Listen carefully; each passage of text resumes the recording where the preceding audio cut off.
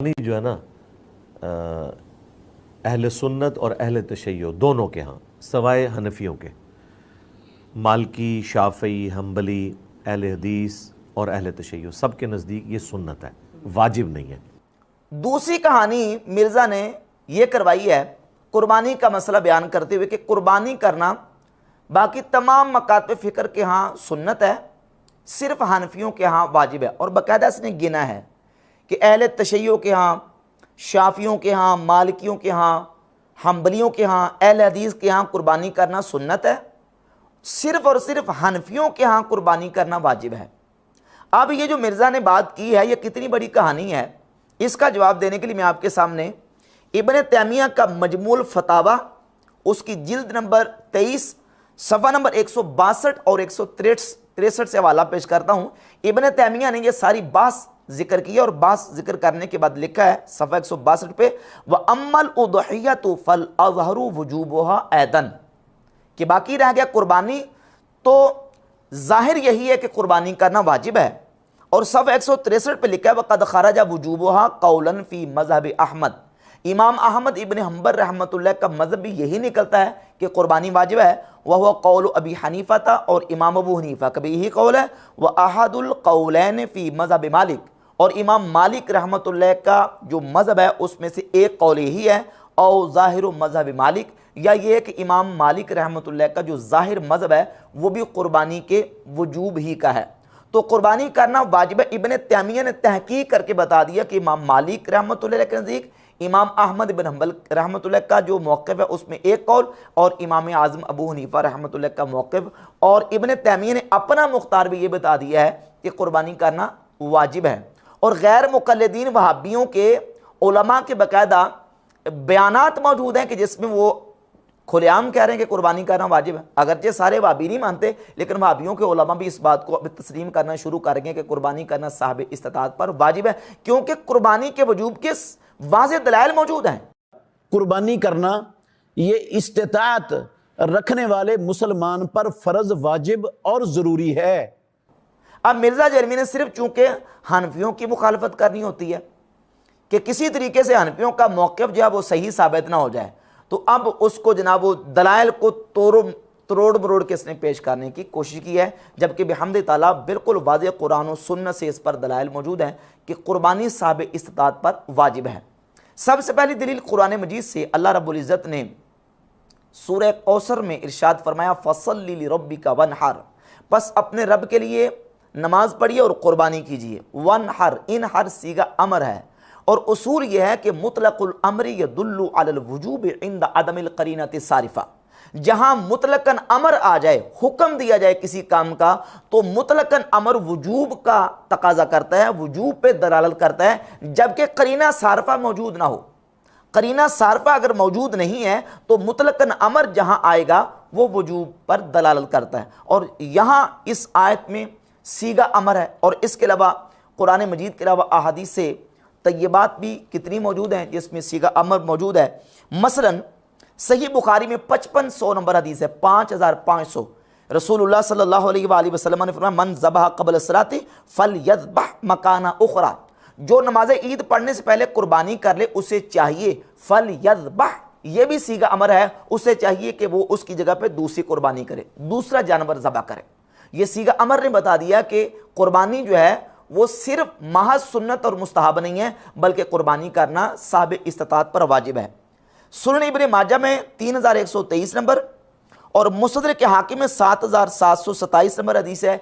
इमाम हाकिम ने, इमाम ज़हाबी ने इसको सही करार दिया, मन वजद सिआतन फलम युद्दही फला यक़रबन मुसल्लाना। और दूसरी हदीस में लफ्ज़ ये है, मन कान लहू सिआ, जिसके पास वसत हो, गुंजाइश हो, और जो वसत और गुंजाइश पाए यानी साहिब इस्तिताअत हो, और इसके बावजूद वो कुर्बानी ना करे, तो वो हमारी ईदगाह के करीब ना आए।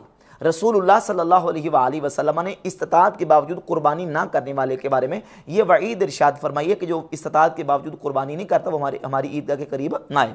सुन्ने अबी दाऊद में इमाम अबू दाऊद ने बाब कायम किया है, और उसका नाम यह है कि बाबू माजा फ़ी इजाबिल अदाही, कुर्बानियों के वाजिब होने का बयान और कुर्बानी के वाजिब होने का बयान इसके तहत हदीस लेके 2788 नंबर हदीस है कि रसूलुल्लाह सल्लल्लाहु अलैहि वसल्लम ने फरमाया, या अय्युहन्नासु इन्ना अला कुल्ली अहली बैतिन फी कुल्ली आमिन उदहिया व अतिया, ए लोगो, हर घर वालों पर साल में एक उदहिया यानी कुर्बानी और अतीरा लाजिम है उन पर कि वो ये इसको करें। अतीरा ये शुरू में रजब के महीने में एक जानवर ज़बह किया जाता था जिसको रजबी और अतीरा कहा जाता था। ये वो अतीरा, बाद में इसका हुक्म मनसूख हो गया, लेकिन कुर्बानी का हुक्म उसी जगह पे बाकी है। इस हदीस से ये साबित होता है कि कुर्बानी करना आले खाना के ऊपर वाजिब है। और इसके अलावा कितनी अहादीस मौजूद हैं जिससे इस बात की वजाहत होती है कि कुर्बानी करना साहब इस्तिताअत पर वाजिब है। और फिर जिस अंदाज से कुर्बानी के जानवर के औसाफ एहतमाम के साथ बयान किए गए कि उसमें ये ऐब ना हो, ये ना हो, ये ना हो, ये सारी चीज़ें डिटेल के साथ बयान करना इस बात का बिल्कुल बैयन और वाज़ेह सबूत है कि कुर्बानी करना साहब इस्तिताअत पर वाजिब है। अगर महज मुस्तहब या सिर्फ सुन्नत होता तो इस कदर उसका एहतमाम और जानवर के औसाफ बयान ना किए जाते। ये पूरे औसाफ बयान करना भी एक गोया कि इसके ऊपर दलाल करता है कि कुर्बानी वाजिब है। बिहम्दिल्लाह कुरान और सुन्नत से इस पर दलाइल मौजूद हैं।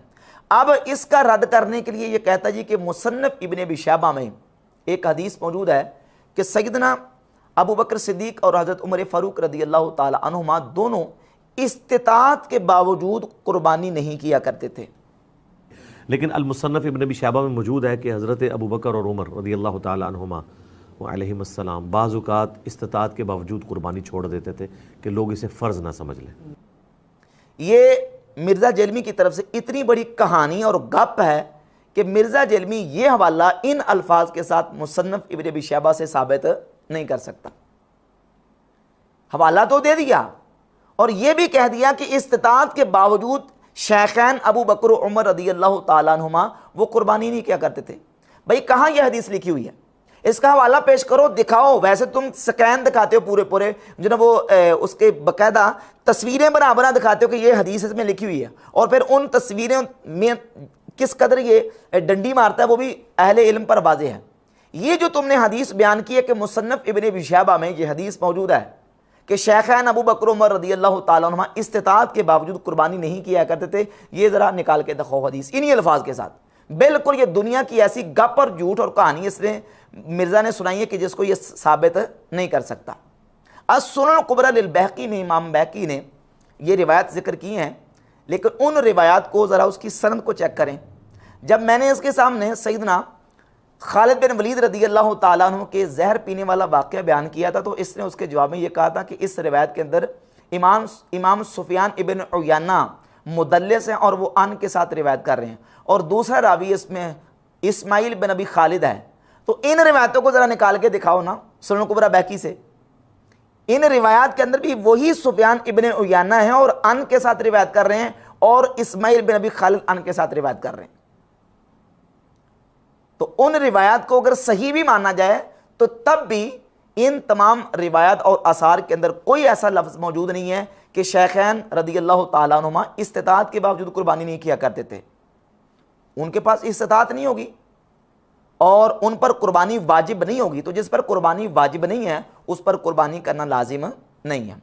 ये तो उसके लिए हुक्म है कि जिसने इस्तिताअत पाई और उसके बावजूद कुर्बानी नहीं की।